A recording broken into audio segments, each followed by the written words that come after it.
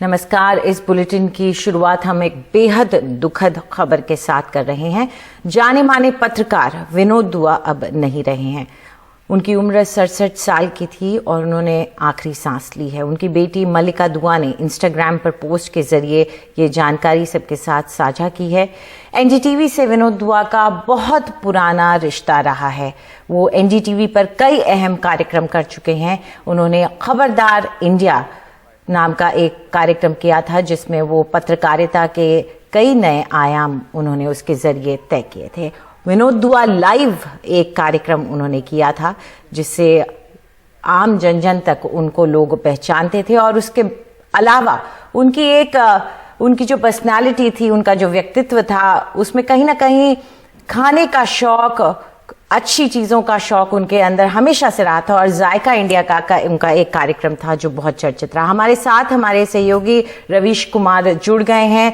Ravish, NDTV का हर एक शख्स, उसके लिए आज ये एक बड़ा धक्के का वक्त है। पत्रकारिता के लिए एक बहुत दुखद वक्त है, परिवार के लिए एक दुखद वक्त है, लेकिन उनको आप किस तरह से याद करते हैं विनोद दुआ, क्योंकि लंबे वक्त तक वो हमारे सहयोगी रहे? अंजलि, ये सचमुच एक ऐसी सूचना है जिसके लिए पिछले कुछ दिनों से ऐसा एहसास हो रहा था कि हमें तैयार कराया जा रहा था, लेकिन फिर भी इसे स्वीकार करते हुए थोड़ी असहजता हो रही है कि विनोद दुआ नहीं है। वो अपने परिवार के बेहद करीबी लोगों के बीच नहीं है और उससे कहीं ज्यादा असंख्य दर्शकों के बीच अब वो नहीं है, जिनके साथ वो एक लंबे अरसे तक दर्शकों की पूरी पीढ़ी तैयार हुई है। और वो हर टेलीविजन के हर दर्शक में, जो भी आज टीवी देख रहे हैं और जिन्होंने टेलीविजन में बहुत लंबे समय तक बदलाव देखा है, टेलीविजन की यात्राएं देखी हैं, उन सब में विनोद दुआ हैं। उनकी स्मृतियों में एक घर विनोद दुआ का भी है कि टेलीविजन कभी ऐसा होता था और विनोद दुआ इस तरह से करते थे। एक बेहतरीन टेलीविजन करने की वो गाइडलाइन थे, मैनुअल बुक थे कि टेलीविजन इस तरह से किया जाना चाहिए। और वो प्रथम पीढ़ी के, प्रथम श्रेणी के प्रस्तुताओं में से हैं जिन्होंने सब कुछ अपनी तरफ से बनाया और कैसे बोला जाना चाहिए, अंदाज क्या होना चाहिए, भाव क्या होना चाहिए। हम सब की स्मृतियों में तो वो हैं ही कि किस तरह से जब भी वो दफ्तर में आए हमेशा कुछ गुनगुनाते हुए आए और हमेशा कुछ ऐसा लगता था कि उनके चेहरे पे आज कोई लाइन तैर रही है जिससे वो किसी को आज वो क्लास लेने वाले हैं। और वो अपनी बात कहने में या खिंचाई में किसी तरह की मुरव्वत तो करते नहीं थे, लेकिन उसके पहले वो बहुत ही बेफिक्र अंदाज में आते थे कि जैसे ये तो हम सबका काम है और यही हम करने के लिए इस पेशे में आए हैं। और कहते भी थे कि अगर नहीं तो बहुत हजार पेशे हैं और हजार तरीके से उसमें कामयाब हुआ जा सकता है, लेकिन इस लाइन में होने का एक ही तरीका है कि आप बेमुरव्वत तरीके से अपनी बात किसी के सामने कह दें। तो हम जो टेलीविजन में सवाल पूछते हैं, उसके लिए जो दावेदारी करते हैं, उसकी बुनियाद तो उन्होंने रखी थी और बताया था कि बिल्कुल आमने सामने बैठकर एक शिष्ट अंदाज में वो इस बात पे बहुत जोर देते थे कि आप सवाल पूछ रहे हैं तो इसका मतलब ये नहीं कि आप तलवार लेके किसी पे हावी हो जाएं, बल्कि बेहद शिष्ट अंदाज में किस तरह से सख्त हुआ जा सकता है और पूछा जा सकता है। पूछने वाले को परेशान भी किया जा सकता है, उसके पसीने आ सकते हैं। इसकी बुनियाद, इसका मैनुअल उन्होंने तैयार किया। ये और बात है कि आज उनके ही सामने टेलीविजन वैसा नहीं है जैसा जिसकी बुनियाद उन्होंने रखी थी। और अब जो एंकर कहलाते हैं वो किसी और तरह के विशेषणों से नवाजे जाते हैं, लेकिन विनोद दुआ की जो विरासत है टीवी में, वो हमेशा हर खराब दिनों में एक दिए की तरह लोग उसकी तरफ देख सकते हैं कि हाँ, किसी ने अपनी जिंदगी में ऐसा किया है। और हम सब की कितनी ही यादें हैं कि सुबह जब गुड मॉर्निंग इंडिया में उनका दफ्तर आना होता था, 3 बजे सुबह उठकर वो आते थे, तब भी कुछ गुनगुनाते हुए आते थे और हमेशा फ्रेश लगता था कि हाँ, मतलब उनको अपने काम में कितना मजा आ रहा है। हर दिन वो एक नए दिन की तरह आया करते थे और लिखना, शब्दों पे पकड़ और शब्दों को किस तरह से बोला जा रहा है, ये चलते फिरते सिखा दिया करते थे। और उनकी स्मृति तो मतलब कई बार मुझे लगता था कि ये वास्तविक नहीं है, इतना कैसे उन्हें सब कुछ याद रह सकता है और ये संभव नहीं है। तो मैं अक्सर पूछा करता था कि आप जरूर आज कहीं से रेफरेंस देख कर आ रहे हैं, एकदम से इतना सारा कुछ आपको कैसे याद है? तो उनको याद रहता था और कई तरह की परंपराओं में वो बसे थे। एक जैसे कई बार लोग हल्के अंदाज में कह देते हैं कि ओल्ड स्कूल के व्यक्ति थे, वो बिल्कुल ओल्ड स्कूल के नहीं थे। उनका स्कूल हमेशा ही प्रासंगिक रहा, रेलेवेंट रहा, नया रहा और जिंदगी जीते हुए मुश्किल काम करने की कला उनके पास तो थी ही। और आप देख लीजिए कि उनके कार्यक्रम के नाम भी उनके तेवर से मैच करते थे। खबरदार, यहाँ जो एनडीटीवी इंडिया का उनका कार्यक्रम था, या फिर जो जनवाणी जो उन्होंने रखा था नाम, तो उसमें पहली बार ऑडियंस के सामने बैठकर नेताओं से सवाल पूछना, मंत्रियों से सवाल पूछना, और बहुत ही अच्छी भाषा के धनी थे। मतलब उनकी अंग्रेजी एक क्लास थी और हिंदी और उर्दू और पंजाबी, इन तीनों की पकड़ तो खैर उस पे अलग से बात की जा सकती है। मतलब उनका वो नहीं है। आज ये उनके बारे में बात करते हुए कई बार हम भूल सकते हैं कि वो नहीं है, क्योंकि वो इस तरह से अपनी विधा में रचे बसे हैं कि उनके नहीं होने पे भी आप बात करें तो ऐसा लगता है कि वो हैं और उनके सामने ये सारी बातें कही जा रही हैं। कितना मुश्किल साल बीता है उनके लिए ये। उनके जीवन साथी जिनके साथ मिलके न जाने कितनी महफिलों को दोनों ने आबाद किया, कितना अच्छा रिश्ता था दोनों का। उनके जाने के बाद मुझे लगता है कि वो उस सदमे से नहीं उबर पाए, बीमारी से नहीं उबर पाए, और तो उस पक्ष को हम समझ सकते हैं। लेकिन अब वो नहीं है तो उनकी जो इस पेशे में रहकर जिस बेबाकपन से वो इस पेशे को निभा गए हैं, ये बड़ी बात है कि हमेशा उनकी गर्दन थोड़ी ऊंची रहती थी और कि कॉलर थोड़ा सा अप रहता था कि हम जो कर रहे हैं वो सही है। और उसमें एक तरह की शेखी भी थी, शोखियां भी थी। और उनके आप जायका इंडिया देखिए कि वो खुद अच्छा खाना बनाते थे इन सब के बीच में, और भारत के अलग अलग इलाकों में जाकर उनके भोजनों पर बात करना और दर्शकों के सामने उस अधिकार के साथ पेश करना। और उन्हीं इलाकों में, जिन इलाकों में उन्होंने राजनीतिक कार्यक्रमों के लिए, चुनावी कार्यक्रमों के लिए, पत्रकारिता की जरूरतों के लिए यात्राएं की, पूरा देश घूमा हुआ है उनका। इतनी यात्राएं तो हमने नहीं की, और देश के हर कोने में गए अपनी जिंदगी में, और पूरा हिंदुस्तान जिसको नाप कर, कई बार नापा होगा उन्होंने, कई बार दक्षिण गए होंगे, कई बार पूरब की तरफ गए होंगे, कई बार पश्चिम की तरफ गए होंगे। तो विनोद दुआ की एक और पहचान है जिससे मैं बात करना चाहता हूँ कि वो दिल्ली के पुराने चेहरों में से एक हैं, जिनकी वजह से जिनमें दिल्ली झलकती थी, और जिन्हें आप कह सकते थे कि ये दिल्ली वाला है। और क्योंकि यहाँ की चीजों के बारे में, हर तरह की चीजों के बारे में उनकी स्मृतियां, उनकी किस्से इतने ज्यादा हैं कि ऐसा लगता था कि वो अपने साथ एक पूरी दिल्ली लेकर चल रहे हैं। और उस अधिकार से कहते भी थे वो, दिल्ली के भौगोलिक इलाकों के बारे में बात करते हुए, तो ऐसा उनका हाव भाव हो जाता था कि जैसे एक हिस्सा उनकी दाहिने हाथ की तरफ है, एक बाएं हाथ की तरफ है, और वो उंगलियां रखकर बता रहे हैं जैसे किसी नक्शे के सामने खड़े हों।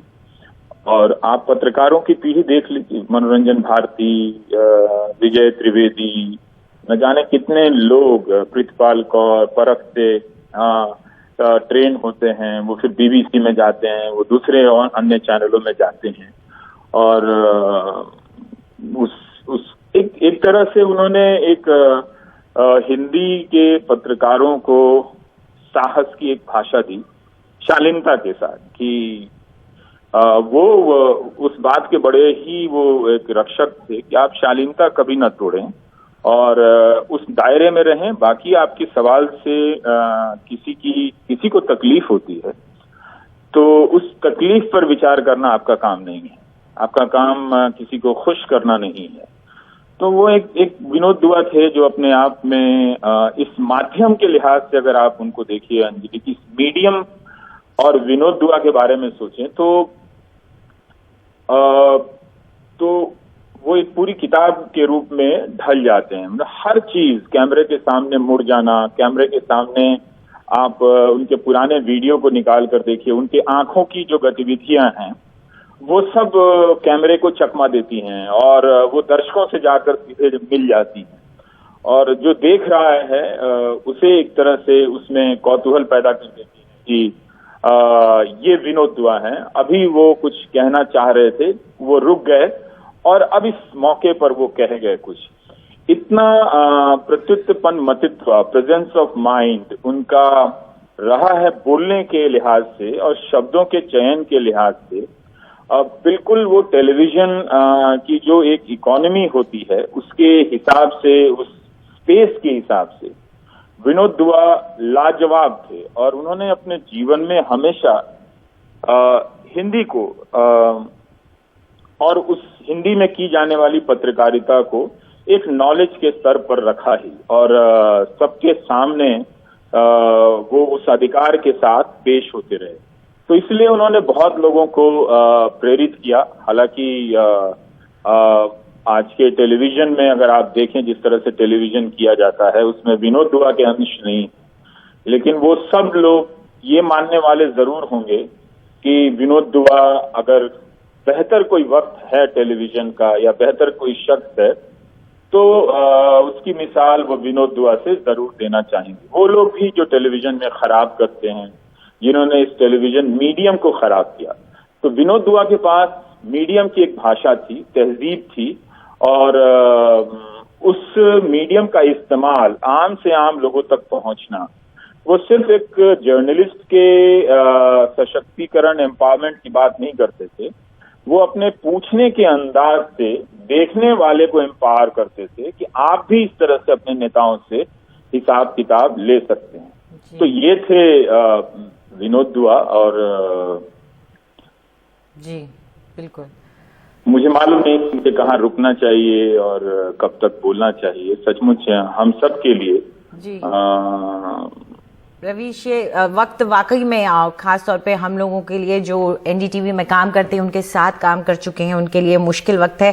हमारे साथ आपने, क्योंकि मनोरंजन भारती का भी नाम लिया था जो उनके साथ काम करते थे और एक तरह से उसी स्कूल ऑफ थॉट की ट्रेनिंग लेके पत्रकारिता में उन्होंने भी अपनी जगह बनाई। मनोरंजन भारती हमारे साथ जुड़ गए हैं। मनोरंजन, आपने उनके साथ लंबे वक्त तक काम किया, अलग अलग पड़ाव में काम किया।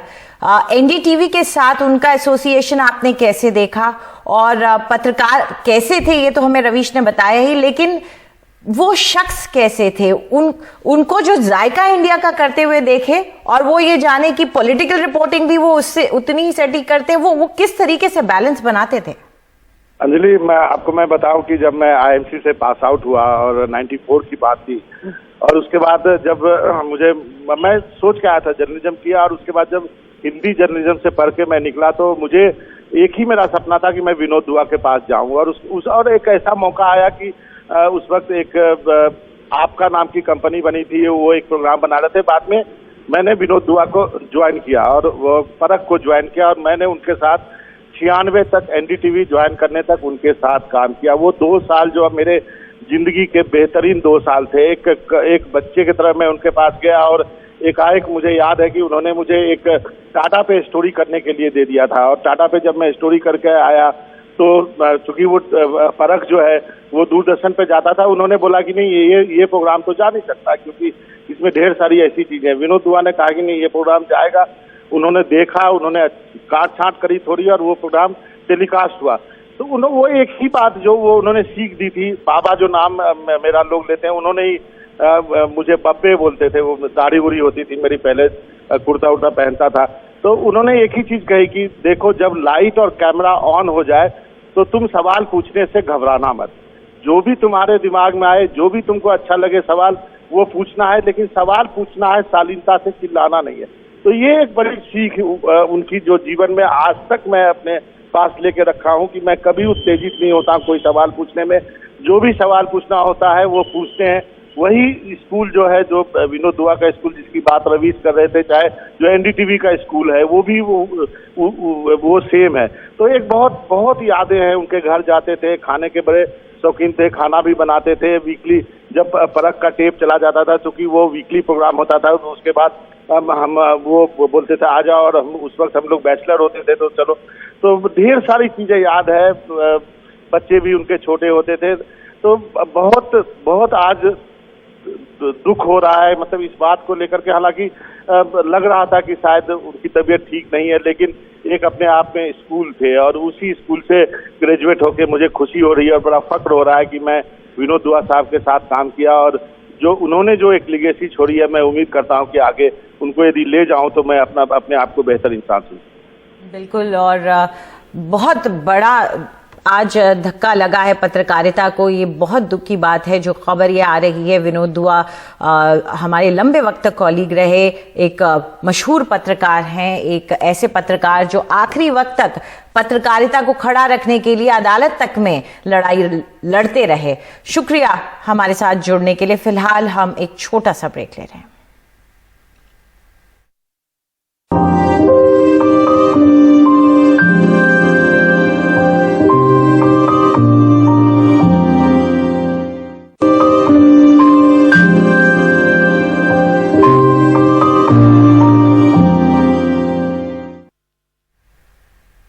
जाने माने पत्रकार विनोद दुआ का निधन हो गया है। 67 साल की उम्र में उन्होंने आखिरी सांस ली है।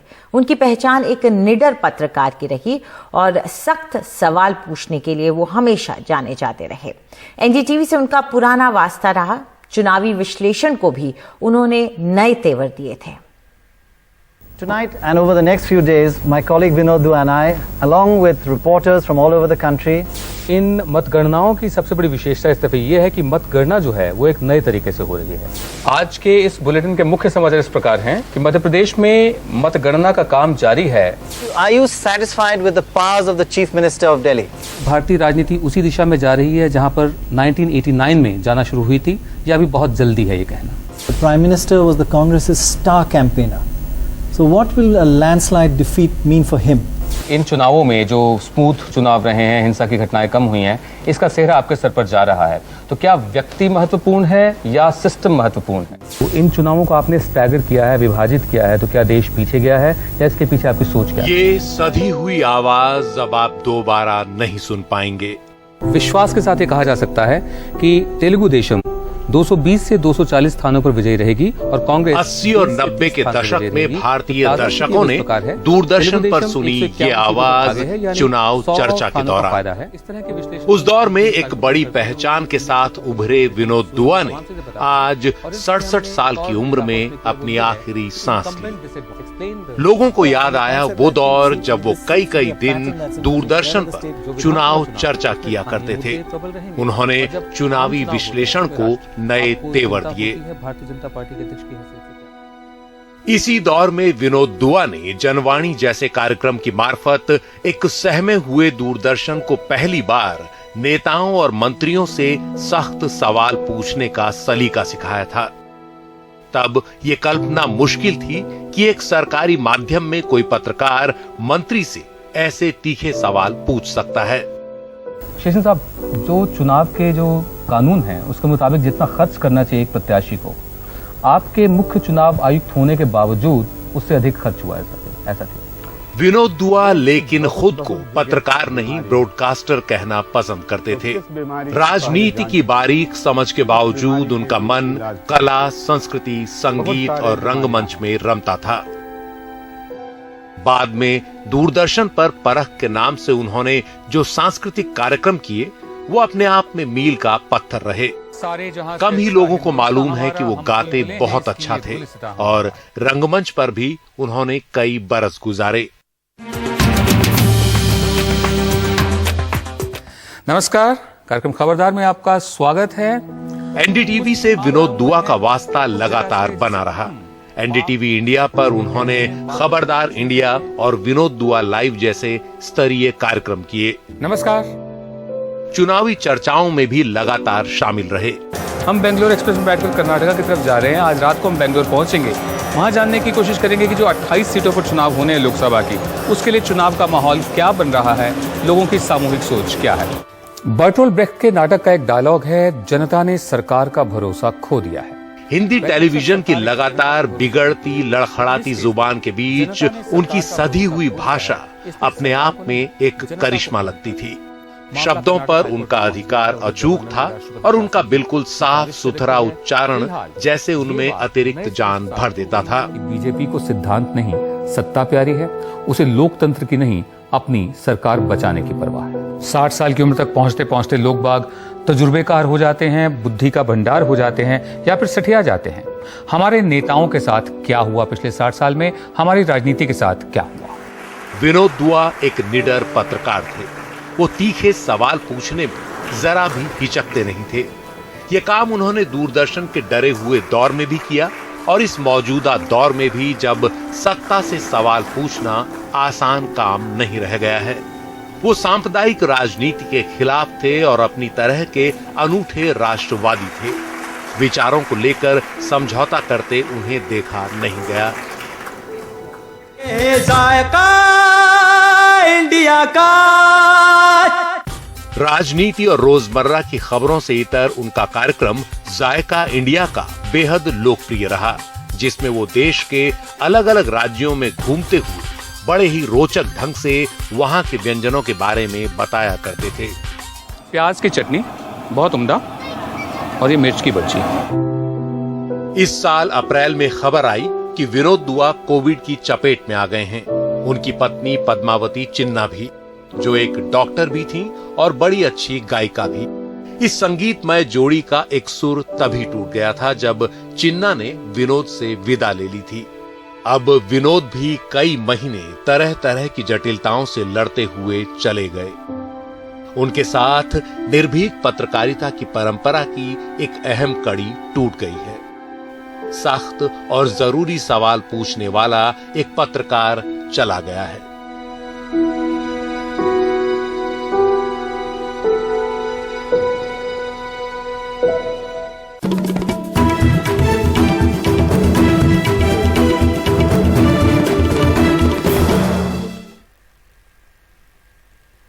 संयुक्त किसान मोर्चा ने सरकार से बातचीत के लिए 5 सदस्यों का एक पैनल बनाया है। इस पैनल में बलबीर सिंह राजेवाल, गुरनाम सिंह चढ़ूनी, युद्धवीर सिंह, अशोक धावले और शिव कुमार कक्का शामिल हैं। ये किसान नेता हिम्मत सिंह ने एनडीटीवी से बातचीत के दौरान बताया कि कल रात गृह मंत्री अमित शाह ने बलबीर सिंह राजेवाल और युद्धवीर सिंह से बात की थी। गृह मंत्री ने कहा कि वो किसानों के मुद्दे पर सकारात्मक बातचीत चाहते हैं। आंदोलन खत्म करने पर 7 दिसंबर को होने वाली बैठक में अब आगे फैसला लिया जाएगा।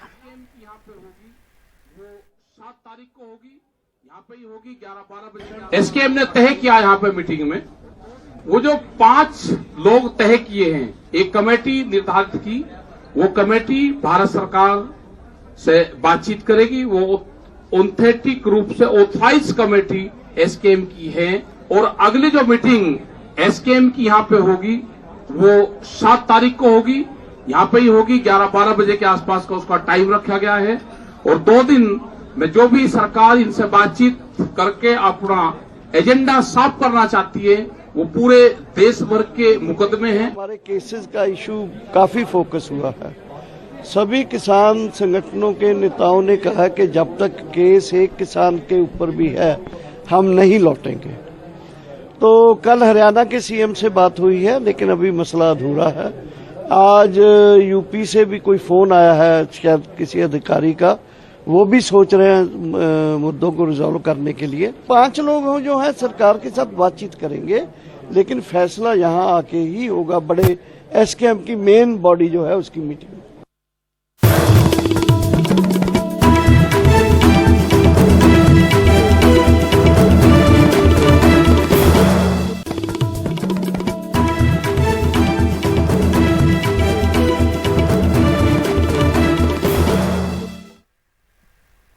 कोरोना के नए वेरिएंट ओमिक्रॉन को लेकर देश के हर कोने में सतर्कता बरती जा रही है, लेकिन चिंता की बात यह है कि कर्नाटक में 2 लोगों में ओमिक्रॉन का संक्रमण पाए जाने के बाद अब गुजरात में तीसरे संक्रमित मरीज के मिलने से चिंता बढ़ गई है।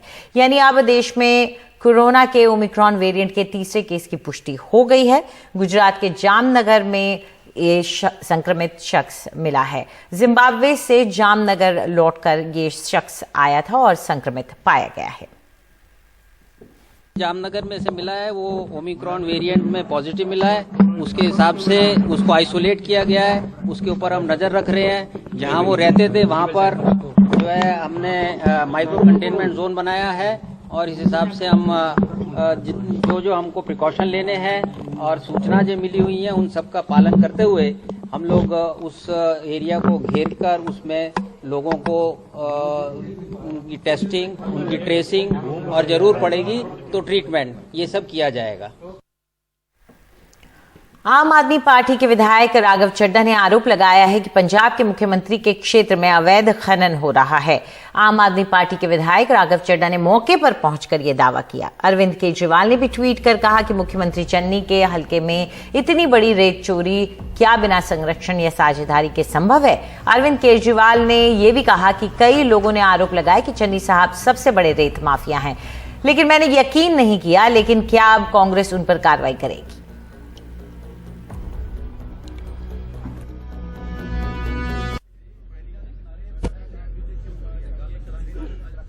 इस समय हम पंजाब के माननीय मुख्यमंत्री चरणजीत सिंह चन्नी साहब के हलके श्री चमकौर साहब के जिंदापुर पिंड में खड़े हैं, और इस पिंड में सरेआम नाजायज इलीगल रेता माइनिंग चल रही है।